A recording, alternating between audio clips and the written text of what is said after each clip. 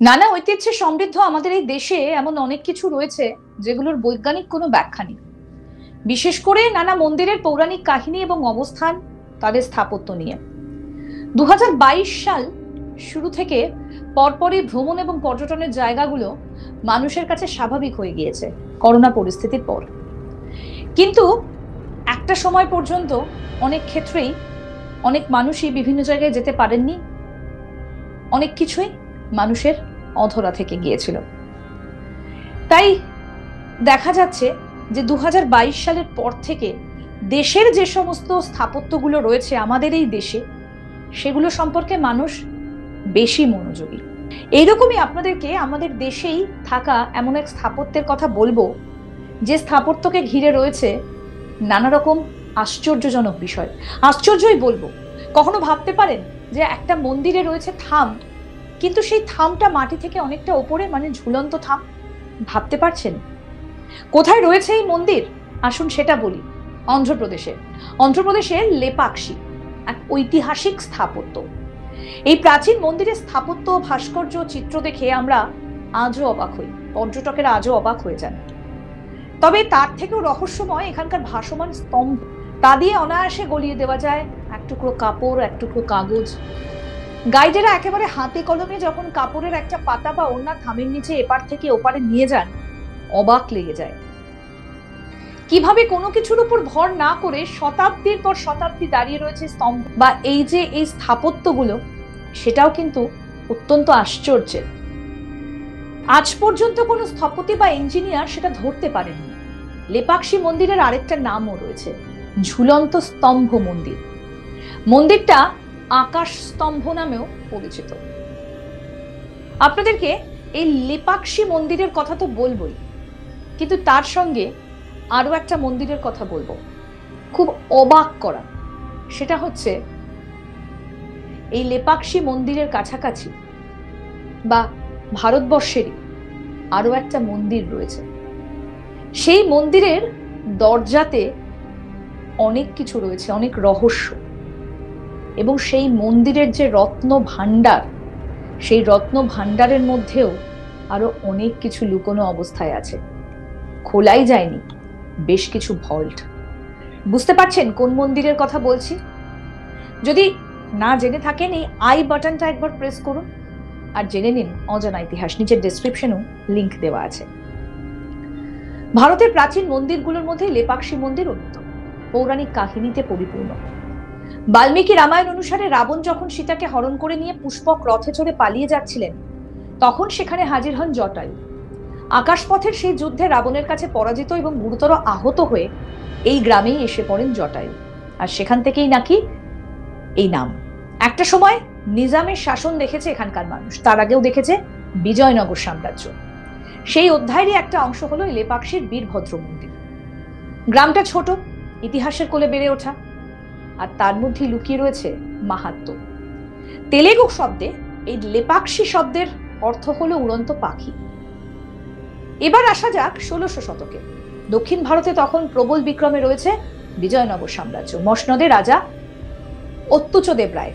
আর সেই সময় তার নির্দেশেই পেনুকোন্ডার বিরূপান্না এবং বীরান্না মিলে তৈরি করলেন এই বিশেষ মন্দির। লেপাক্ষী গ্রামেই শুরু হলো নির্মাণ কাজ। প্রকৃতপক্ষে শিবের মন্দির এটা। মহাদেবেরই এক অবতার বীরভদ্র এখানে পূজিত হন। তবে এর বাইরে গিয়েও মন্দিরের নকশা ও তার গায়ের কারুকাজ ভারতের যে শিল্প স্থাপত্য, তার নজির কেড়েছে। লেপাক্ষীতে শিব, বিষ্ণু এবং রঘুনাথ, রাম এবং অন্যান্য দেবতাদের উৎসর্গীকৃত বেশ কয়েকটা মন্দির রয়েছে। বীরভদ্র মন্দিরের স্তম্ভে ছোট্ট খোদাই করা এক শিলা নন্দী, যাকে বিশ্বের বৃহত্তম বলা হয়। বিজয়নগর রাজবংশের কারিগরদের সূক্ষ্মতা এবং দক্ষতা গোটা শহর জুড়ে ভাস্কর্যগুলোতে স্পষ্ট। এই লেপাক্ষী মন্দির নিয়ে বিস্ময়ের শেষ নেই। এমন বিস্ময়কর মন্দির নিয়ে বেশ কিছু অজানা তথ্য রয়েছে। লেপাক্ষী মন্দির, যা বীরভদ্র মন্দির নামে পরিচিত, প্রাচীন ভারতীয় স্থাপত্যের বিস্ময়গুলির মধ্যে একটা। একই সঙ্গে ইতিহাস এবং পৌরাণিক জগতে বিচরণ করতে অন্ধ্রপ্রদেশের অনন্তপুরে এই মন্দির বারবার মানুষ ছুটে আসে। ভগবান বীরভদ্রকে উৎসর্গ করা মন্দির লেপাক্ষী মন্দির কালোজয়ী শিল্পের একটা প্রদর্শনী। মন্দিরের বেশিরভাগ অংশে কুড় মাসাইলাম অর্থাৎ তেলেগুতে বলা হয় কচ্ছপের পাহাড়। একটা নিচু পাথুরে পাহাড়ে নির্মিত, পাহাড়ের আকৃতি কচ্ছপের মতো। মন্দিরের চারপাশে বিজয়নগর রাজ্যের গৌরব আবিষ্কার করতে পারবেন। আশ্চর্যজনকভাবে সচিত্র উপস্থাপনা রয়েছে শিল্পীদের। এখানে মন্দিরের দেওয়ালে রয়েছে খোদাই করা সঙ্গীতজ্ঞ, সাধুদের ছবি। আপনি গণেশের মূর্তি, মাতা পার্বতীর মূর্তি, ভগবান শিবের সুন্দর নৃত্য দেখতে পাবেন। এখানে একটা গুহা কক্ষে রয়েছে ঋষি অগস্ত্য থাকতেন বলে জানা যায়, অর্থাৎ এই মন্দিরের একটা গুহায়। এই বীরভদ্র মন্দিরে মোট 70টা স্তম্ভ রয়েছে। মন্দিরের প্রধান আকর্ষণ হলো একটি ঝুলন্ত স্তম্ভ। মূল মন্দিরের বাইরেই রয়েছে নাট মন্দির, আর এখানেই এই প্রধান আকর্ষণ, যেখানে ঢুকলেই প্রথমে নজরে আসবে সুবিশাল 70টা থামের কারুকাজ। একটা চোখ আপনার আটকেই যাবে একটা থামের দিকে। কি না, ঝুলন্ত থাম। নাট মন্দিরের একটু কোণের দিকে দাঁড়িয়ে রয়েছে এটা, ঠিক নিচের একটু জায়গা একেবারে ফাঁকা। স্থানীয় কিংবদন্তি বলে লেপাক্ষীর বীরভদ্র মন্দিরের এই বিশেষ থামটার ভেতরেই নাকি এখানকার যাবতীয় রহস্য লুকিয়ে রয়েছে। প্রত্যেকটা থামেই তো রহস্য লুকিয়ে রয়েছে, তবে এই যে বিশেষ থামটা, যে থামটা ঝুলন্ত, তার তলা দিয়ে চলে যাবে কোনো কাপড়, কোনো কাগজ। 1924 সাল রহস্য উদ্ঘাটনের জন্য একবার এসেছিলেন এক ব্রিটিশ ইঞ্জিনিয়ার। এই বিশেষ স্তম্ভটা নিয়ে তার উৎসাহ ছিল প্রচুর।